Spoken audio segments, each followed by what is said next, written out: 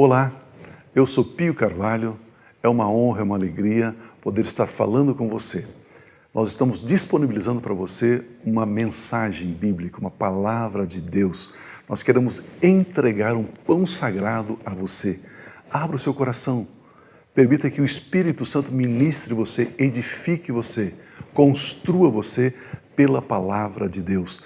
Nem só de pão viverá o homem, mas de toda a palavra que procede da boca de Deus. Receba esse pão sagrado e seja abençoado em nome de Cristo Jesus. Amém.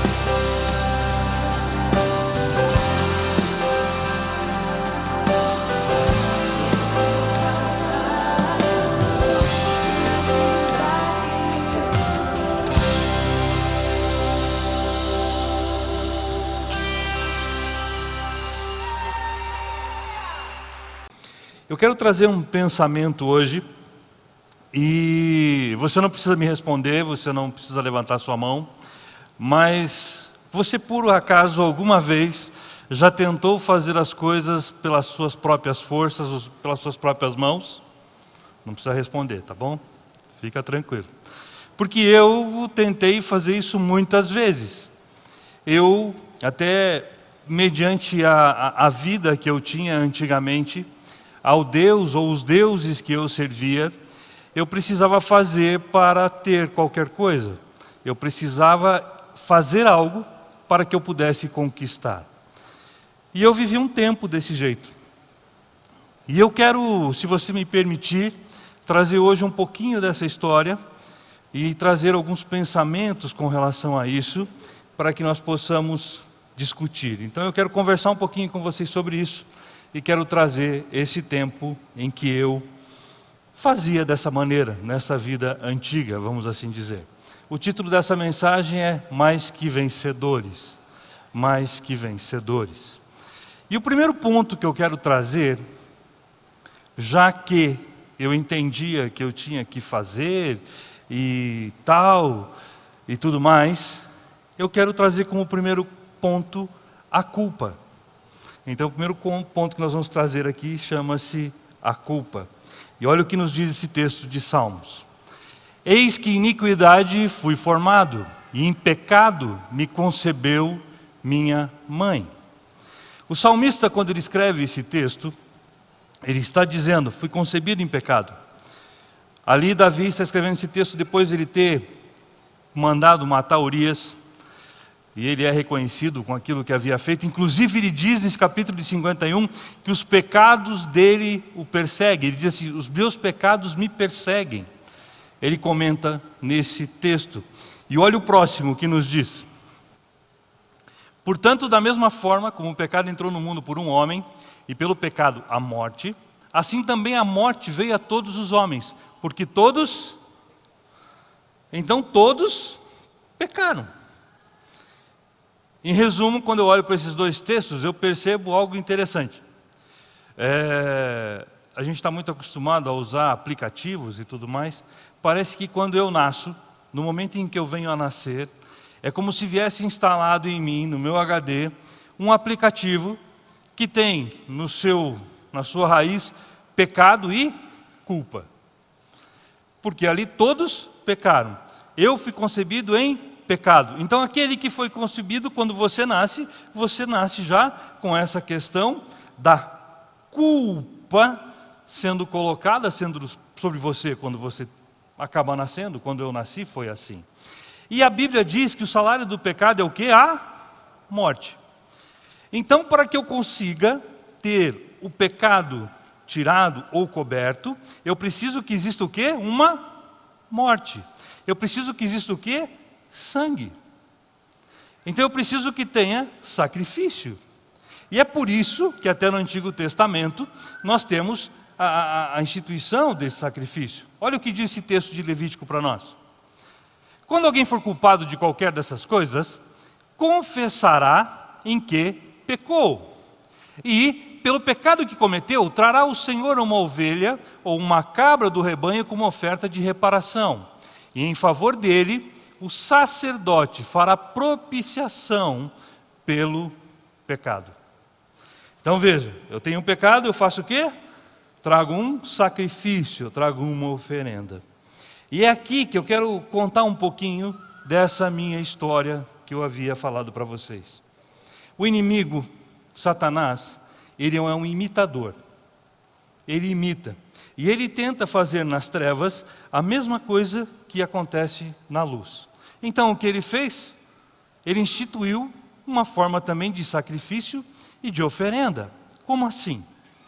Eu, perto ali dos meus 12 anos, eu fui apresentado para uma religião, vamos assim dizer, onde a base dela era através de oferendas e sacrifícios. Então ali eu comecei, com esses 12 anos, meus pais entendiam que era a melhor coisa, eu também, 12 anos, entendia que era, e afinal de contas, todas as vezes que a gente cultuava, o que nós fazíamos algum sacrifício, alguma oferenda, as coisas elas aconteciam. E efetivamente eu via tudo acontecendo. Efetivamente eu via que, de certa forma, aquilo era eficiente. Era interessante. Era algo bacana, porque eu vou lá, faço aqui e tal, daqui a pouco eu vejo o resultado. Então eu fiz, eu vejo. Eu trabalho, eu vejo. Eu faço oferenda, eu vejo o resultado. Isso aconteceu bastante. Ao ponto de, depois já eu tinha meio que parado com isso, vou contar um pouco mais dessa história para vocês. Eu conheço a minha namorada, que hoje é minha esposa, e num desses momentos ela estava com uma dor no braço. E ela chega e diz para mim assim: Silmar, estou com uma dor no braço. Ela não sabia o que eu fazia, ela não sabia o que eu era, a gente tinha acabado de se conhecer. Eu falei: dor no braço? Fácil, simples. Vamos tirar essa dor do braço dela. Eu perguntei: onde está essa dor? Ela falou: está mais ou menos aqui. Eu falei: tudo bem.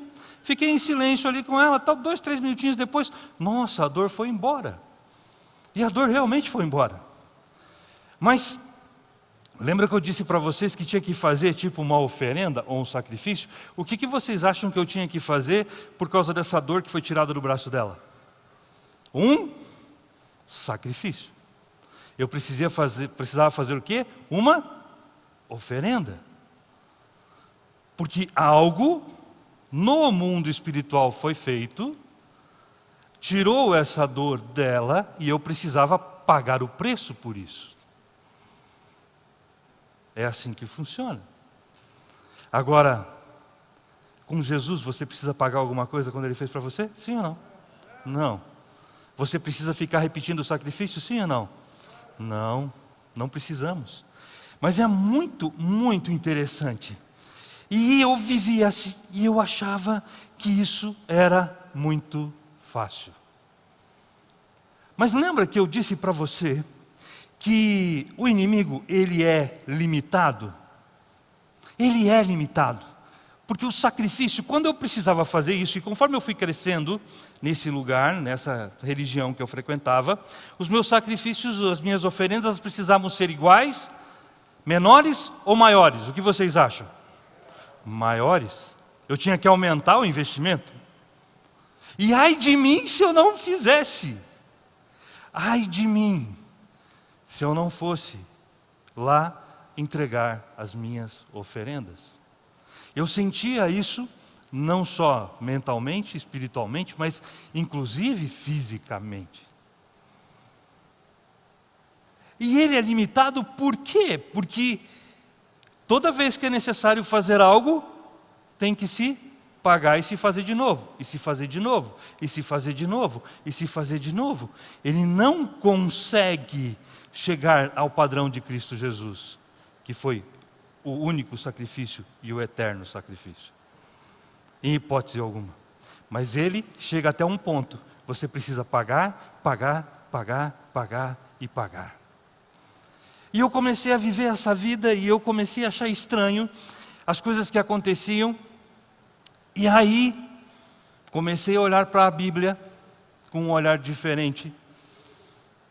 E resolvi por conta própria me afastar disso.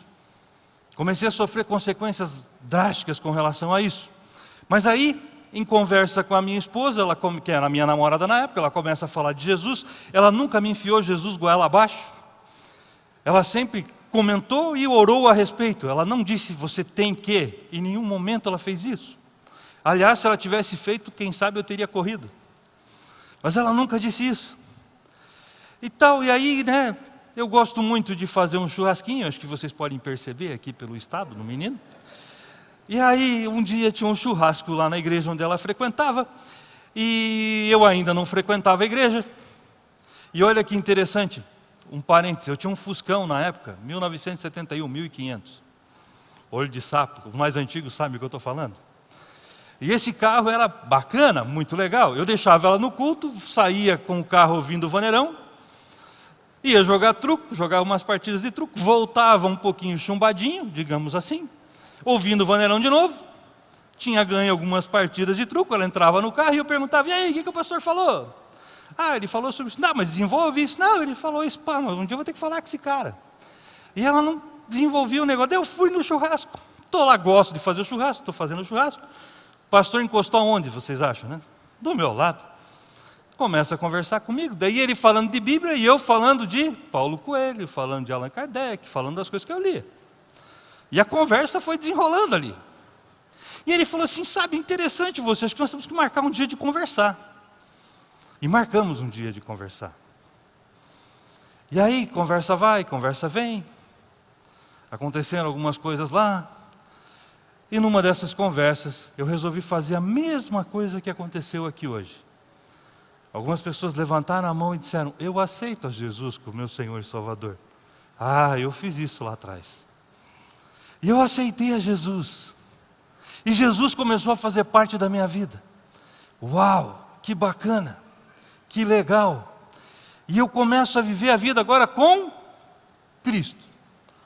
Legal.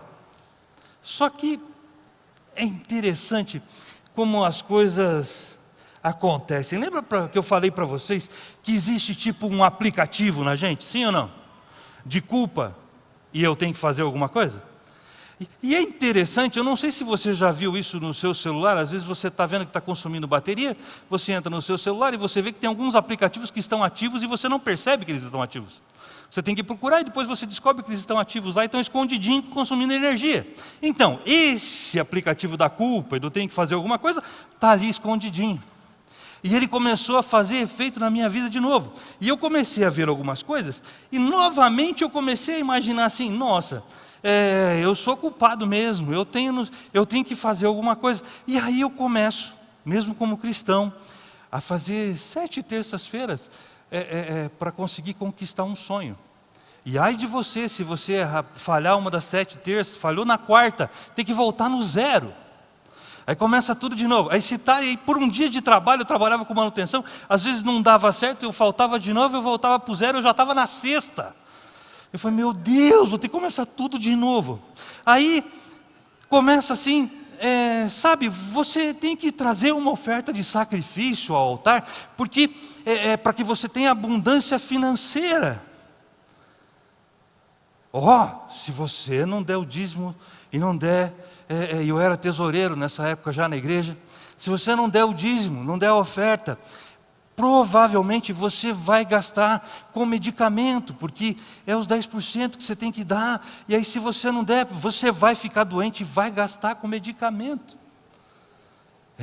Aí tinha até uma música que dizia assim, hoje eu não vou fazer que nem eu fiz de manhã, que eu entreguei a idade da minha esposa nessa brincadeira. Vou fazer de novo, é aquela mais antiga, ela conhece bem as músicas tal, e eu não conheço, ela é mais nova que eu, mas as músicas cristãs ela conhece melhor que eu, porque ela nasceu num lar evangélico. E aí tem uma música que diz assim, se você não trouxer o seu dízimo com amor, e os 10% você não dar, você vai usar esse dinheiro para comprar o remédio na farmácia, ou qualquer coisa assim. Tem um corinho que o pessoal cantava desse jeito. Talvez você aqui, um pouquinho mais antigo, mais experiente, deve lembrar disso.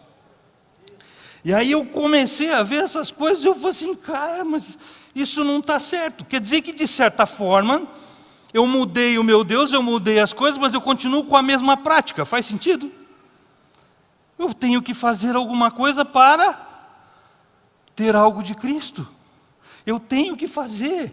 Isso não é interessante? Talvez você já tenha passado por isso dentro da igreja.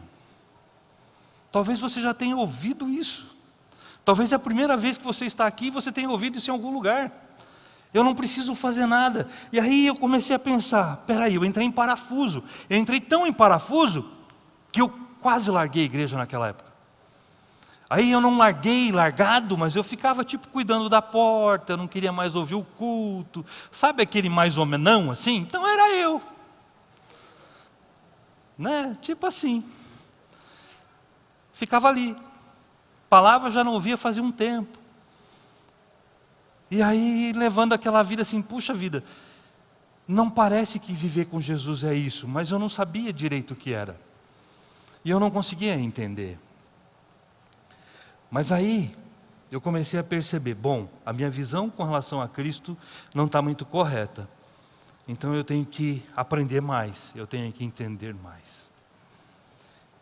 E aí vem o segundo ponto, que é o contrário da culpa, a absolvição. A absolvição. Olha só o que diz esse texto. Ele foi a Nazaré, onde havia sido criado. E no dia de sábado entrou na sinagoga, como era seu costume. E levantou-se para ler. Foi-lhe entregue o livro do profeta Isaías, abriu e encontrou o lugar onde está escrito: O Espírito do Senhor está sobre mim, porque Ele me ungiu para pregar boas novas aos pobres. Ele me enviou para proclamar liberdade aos presos e recuperação da vista aos cegos, para libertar os oprimidos e proclamar o ano da graça do Senhor. Então ele fechou o livro, devolveu ao assistente e assentou-se. Na sinagoga todos tinham os olhos fitos nele. E ele começou a dizer-lhes: Hoje se cumpriu a escritura que vocês acabaram de ouvir. Aleluia. Jesus está ali nesse dia. Talvez você já tenha ouvido falar sobre como funcionava isso. Se você já ouviu, vai ouvir de novo. Se você não ouviu, ouvirá pela primeira vez. Os rolos que continham os textos bíblicos, eles não tinham o mesmo material em todos os lugares por causa da dificuldade de você ter tudo isso escrito. Então eles faziam tipo um rodízio nas sinagogas. E Deus prepara o dia exato, a hora exata em que Jesus está nesse lugar, para ele receber o rolo que estava lá, esse texto de Isaías, que é Isaías 61. E ele pôde pegar e abrir esse texto e declarar isso. Deus preparou esse momento. Você consegue imaginar o que é isso? O movimento no universo para que Jesus estivesse ali naquele lugar, naquela hora, e dissesse: agora se cumpriu o que está escrito neste livro. E ele pega depois disso e se assenta numa cadeira, conhecida como a cadeira de Moisés, e ele declara isso. E ali começa a absolvição da humanidade, através de Cristo Jesus. Ele chega e diz: eu vim, eu cheguei, eu estou aqui, e agora já era. Ele disse isso: eu sou, eu sou. E aí depois de um tempo, ele passa pelo tempo do seu ministério, vai para a cruz. Na cruz, ele diz: tetelestai, está consumado. Ou seja, ele diz: aquilo que eu vim fazer, aquilo que Isaías disse, eu estou cumprindo agora, e isso está consumado. Ele morre, derrama seu sangue, ressuscita e traz vida, liberdade aos cativos, cura aos doentes. Ele traz a vida para aquela que ele veio. Jesus Cristo começa a viver de uma maneira que eu e você vemos hoje. Em Jesus, eu e você somos vencedores. Tudo nós podemos em Cristo Jesus, porque Ele é o sumo sacerdote. Ele é aquele que fez o sacrifício, que não precisa ser mais repetido. E quando eu e você conseguimos entender isso, é algo tão extraordinário, é tão maravilhoso, que a nossa vida se transforma. Olha só esse texto de Hebreus. Quando Cristo veio como sumo sacerdote dos benefícios agora presentes, Ele adentrou o maior e mais perfeito tabernáculo, não feito pelo homem, isto é, não pertencente a esta criação. Não por meio de sangue de bodes e novilhos, mas pelo seu próprio sangue, Ele entrou no Santo dos Santos, de uma vez por todas, e obteve eterna redenção. Ora, se o sangue de bodes e touros e as cinzas de uma novilha espalhadas sobre os que estão cerimonialmente impuros os santificam, de forma que se tornam exteriormente puros, quanto mais o sangue de Cristo, que pelo Espírito Eterno se ofereceu de forma imaculada a Deus, purificará a nossa consciência de atos que levam à morte, para que sirvamos ao Deus vivo. Aleluia. Olha o que Jesus fez. Jesus é o sacrifício eterno. Eu não preciso mais pagar, você não precisa mais pagar. E quantas vezes eu e você já ouvimos isso? Quantas vezes? E é interessante porque no dia que nós tivemos o Fatemi Word, eu trabalhei com esse texto e até usei um exemplo que o Pio usou, e eu não lembro se ele usou aqui no culto, mas no Fatemi Word ele usou novamente. Pense assim, está tudo conquistado, sim ou não? Sim. Tudo conquistado, ok. Pense um favo de mel, quem gosta de mel aqui?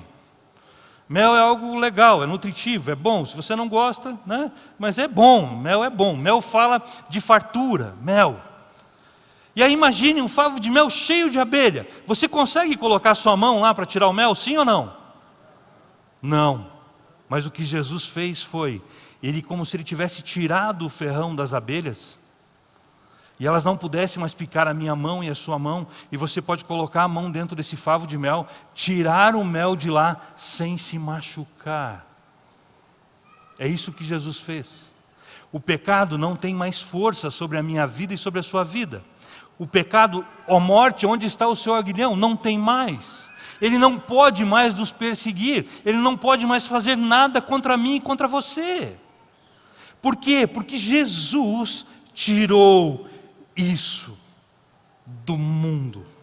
E nele nós temos uma vida melhor. Lembra que eu disse para vocês que para mim parecia muito mais fácil viver aquela vida que eu vivia, e tudo que eu fazia, eu pagava, eu conquistava, então parecia que era muito simples, era muito fácil. Por que isso acontecia? Por que isso era fácil?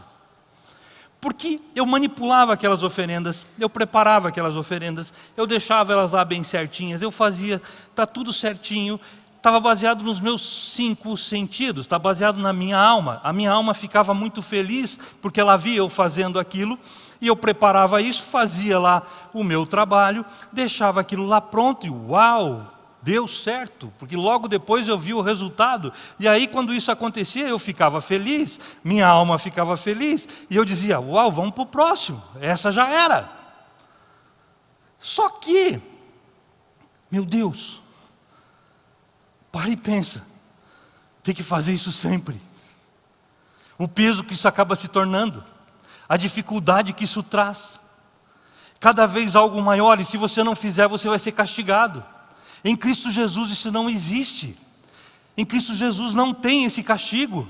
Mas a minha alma, ela quer ver para crer. Ela precisa ter um contato com alguma coisa. E aquelas oferendas eram o ponto de contato que eu tinha aqui na terra. E elas efetivavam aquilo que eu estava fazendo, de alguma maneira. E essa questão do ver para crer, ela é tão forte, mas tão forte na nossa mente, que até aqueles que andavam com Jesus também sentiam essa vontade de primeiro ver, para depois crer. Você já orou dizendo assim, não sei se é verdade, mas se acontecer, daí eu vou dizer que Deus fez? Você ficou meio na dúvida, porque você não consegue acreditar que isso vai acontecer antes que verdadeiramente acredite? Olha, antes que verdadeiramente aconteça, olha só o que diz esse texto. Tomé, chamado Dídimo, um dos 12, não estava com os discípulos quando Jesus apareceu. Os outros discípulos lhe disseram, vimos o Senhor. Mas ele lhes disse, se eu não vir as marcas dos pregos nas suas mãos, não colocar o meu dedo onde estavam os pregos, e não puser a minha mão no seu lado, eu não crerei. Olha só o que Tomé está dizendo. Eu vivi com Jesus, ok. Eu sabia que, segundo o que ele estava falando, ele ia fazer tudo isso. Vocês estão me dizendo que viram ele, mas eu não acredito. Eu só vou acreditar se eu ver. Eu só vou acreditar se eu tiver o quê? Um toque. Eu só vou acreditar se tiver algo efetivo. E olha o que diz a sequência desse texto.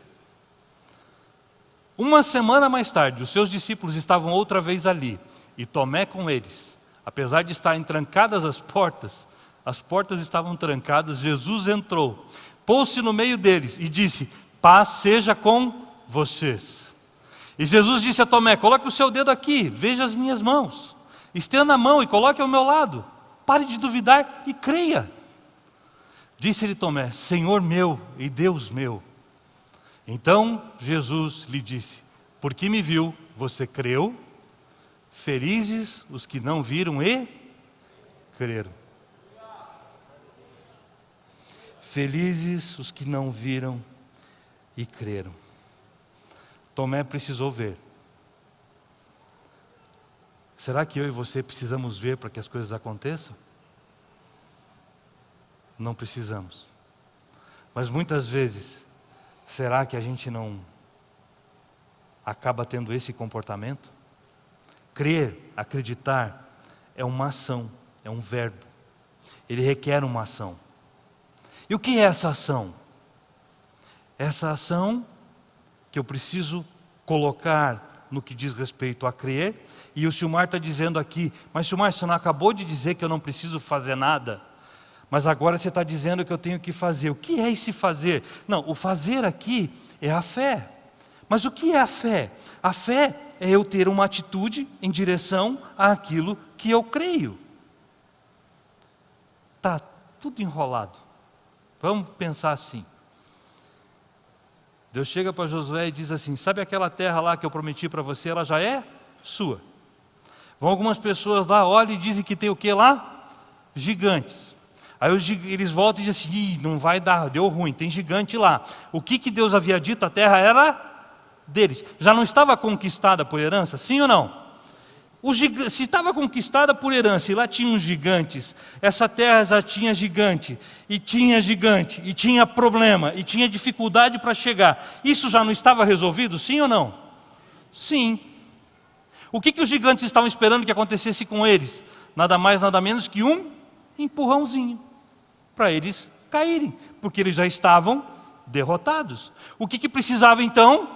A terra já estava conquistada, sim ou não? Sim. Tinha gigante lá, sim ou não? Sim. O que precisava? Caminhar em direção a esse gigante. Faz sentido ou não? Ah, ok, deixa eu te perguntar uma coisa, você não precisa responder, mas qual é o tipo do gigante que nessa hora está passando pela sua mente? Qual é o tipo do gigante que essa hora está passando pela sua vida? Qual é o tipo da dificuldade que você tem visto nessa hora? E que você olha assim e fala assim, meu Deus, eu não consigo resolver. Mas espera aí, já não está tudo consumado, sim ou não? Você já não conquistou isso, sim ou não? Sim. E então por que eu tenho dificuldade de encarar esse gigante? Eu fico com medo, porque eu tenho um aplicativo que faz eu lembrar que eu tenho uma coisa chamada culpa, que faz eu lembrar que tem algo que me traz problema, me traz dificuldade. Então sabe, esse problema, se for para isso aqui, eu consigo resolver, é baratinho um copo d'água, mas se eu for querer isso aqui, não, isso aqui eu já não consigo, então aqui eu preciso colocar a minha mão, aqui eu tenho que fazer, porque se eu não fizer, não se executa, se eu não fizer, não acontece. Sabe o que acontece quando eu vou em direção ao gigante e já está conquistado? A hora que eu chego perto dele, ele faz assim, ó. Ele desaparece. Posso falar uma coisa para você? Existe um gigante aí? Existe algo que talvez esteja se incomodando? Você que nos assiste pela internet agora, vá em direção a ele e esse gigante cairá, porque em Cristo ele já caiu. Se ele está em pé, é só um holograma que está te iludindo. Sabe por quê? Olha só, tem o gigante, pensa Moisés, na frente do mar, exército atrás, montanha, todo o povo aqui, Deus tinha dito para ele que iria ser livre e ia libertar o povo, sim ou não? Tinha dito, e ele se depara com o mar, aí ele olha para aquilo e diz assim, e agora? Já era? Game over? Não, ele pensou, não, Deus disse que vou libertar o povo. Não sei se eu vou atravessar andando por cima da água, se Deus vai abrir o mar, se eu vou ser teletransportado para lá, eu não sei o que vai acontecer. Eu vou levantar o cajado e vou começar a caminhar. O que aconteceu? O mar se abriu. Deus age no movimento, Ele age no meu e no seu movimento. Então eu e você precisamos nos movimentar em direção a isso.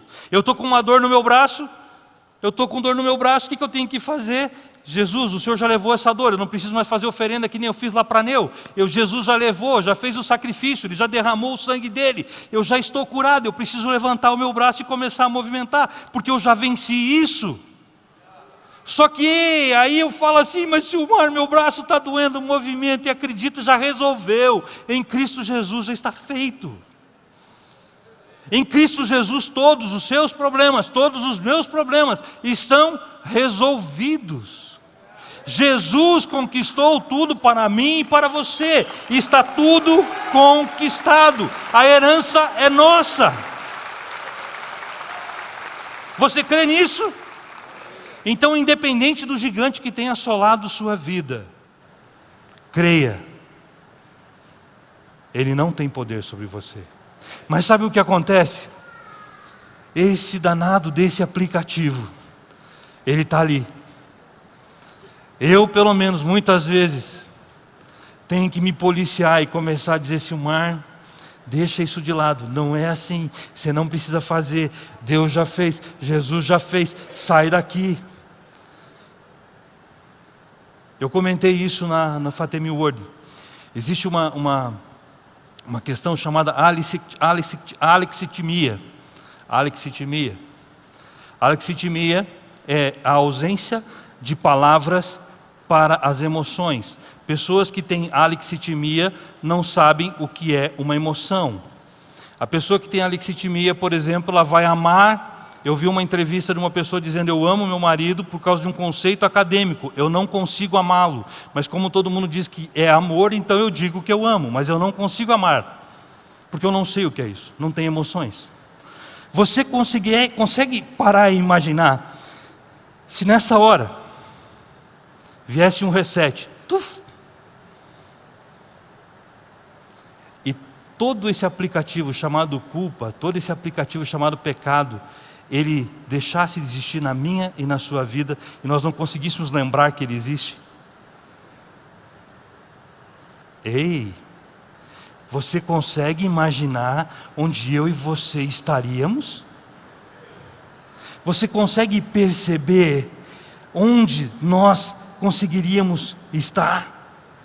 Onde nós conseguiríamos chegar?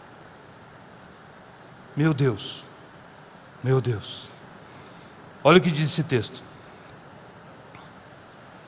Consequentemente, assim como uma só transgressão resultou na condenação de todos os homens, assim também um só ato de justiça resultou na justificação que traz vida a todos os homens.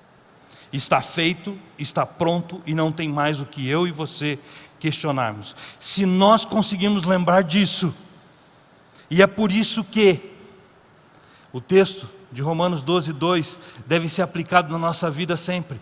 Não se amolde ao padrão deste mundo, mas transforme-se pela renovação da sua mente, para que sejam capazes de experimentar e comprovar a boa, perfeita, agradável vontade de Deus. Isso é resetar esse aplicativo. Isso é pegar o aplicativo e jogar fora, e começar a viver conforme o quê? A palavra de Deus. Se eu e você conseguirmos resetar isso e vivermos essa vida desse jeito, você consegue imaginar o que você consegue conquistar? Sabe o inimigo, sabe aquele que é derrotado, ele sabe exatamente quem eu sou e quem você é em Cristo Jesus. Ele sabe. A grande questão é que muitas vezes eu e você deixamos de saber ou nos esquecemos de quem somos. Ele já é derrotado, ele não tem mais condições de vitória, ele já perdeu. Quando Jesus morre, ressuscita, ele pegou a chave do inferno, ele venceu a morte e Satanás perdeu. A mísera vitória que ele tem é atrasar a nossa caminhada aqui, atrasar a nossa caminhada até onde nós temos que chegar como Deus quer que nós cheguemos. Esse é o único alento que ele tem. E ele já perdeu, e isso só acontece se eu e você deixarmos. Só se eu e você deixarmos. Que nós consigamos renovar a nossa mente de uma maneira tão extraordinária através da palavra de Deus, e consigamos viver a plenitude de Cristo aqui na terra. Aonde eu e você entramos, quem entra? Jesus através de mim e através de você. Porque Ele vive em mim, já não sou eu mais quem vivo, Cristo vive em mim. O inimigo não tem mais poder, então eu conquisto e pronto, mas não sou eu quem conquisto, é porque Jesus já conquistou, mas eu só me movimento em fé para chegar nesse lugar da conquista. A terra foi prometida, foi entregue a você, foi entregue a mim. Nós acessamos ela pelo nosso movimento, crendo que Jesus já fez isso. E eu não posso me apegar e querer voltar nessa questão de que, a culpa, não sei o quê, porque isso, porque aquilo. Não. Olha o próximo texto. Tal é a confiança que temos diante de Deus por meio de Cristo. Não que possamos reivindicar qualquer coisa com base em nossos próprios méritos, mas a nossa capacidade vem de Deus. Eu não sei com o que você trabalha, eu não sei o que você faz, mas sabe o que eu sei? A capacidade para executar, e isso que você executa vem de Deus. Se essa capacidade vem de Deus, qual é a chance que existe de dar errado? Nenhuma. Só dá errado porque aquele chipzinho que está escondido, de vez em quando faz com que eu tenha uma dúvida e eu não veja quem eu sou em Cristo Jesus. Mas a capacidade que você tem para executar exatamente o que você está executando, veio de Deus. E Deus não perde jogo, é jogo ganho. Ele ganhou, já está vencido, já era, não tem para mais ninguém. Eu e você vencemos em Cristo Jesus. Aleluia. Você crê nisso? E olha o que Deus fala para você através do escritor, a carta de Romanos. Isso é para mim e para você. Mas em todas estas coisas somos mais que vencedores por meio daquele que nos amou. Em todas estas coisas somos mais que vencedores por meio daquele que nos amou. Sabe a dificuldade que você está passando? Está dentro desse todas. Sabe essa dúvida que você está sentindo? Está dentro desse todas. Sabe qualquer coisa que você possa imaginar está incluído nesse pacote. Porque em todas as coisas, eu e você somos mais que vencedores por intermédio daquele que nos amou. Jesus Cristo. É por intermédio dele que eu e você conquistamos todas as coisas. Não precisamos fazer mais nada.